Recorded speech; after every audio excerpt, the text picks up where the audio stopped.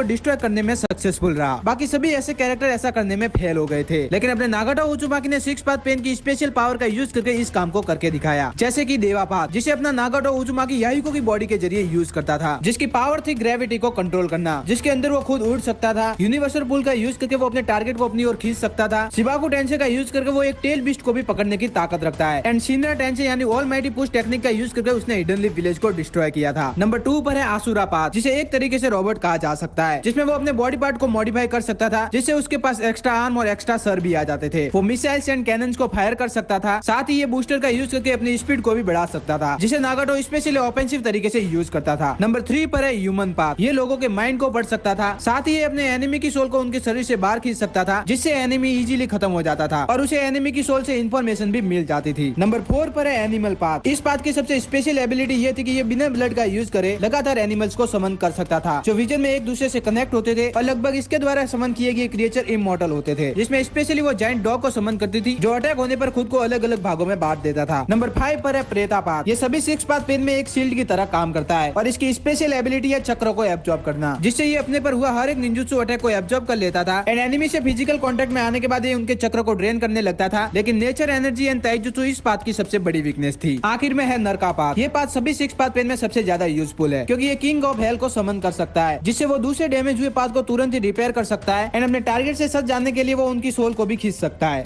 तो क्या तुम्हें पता है नारुतो में अपना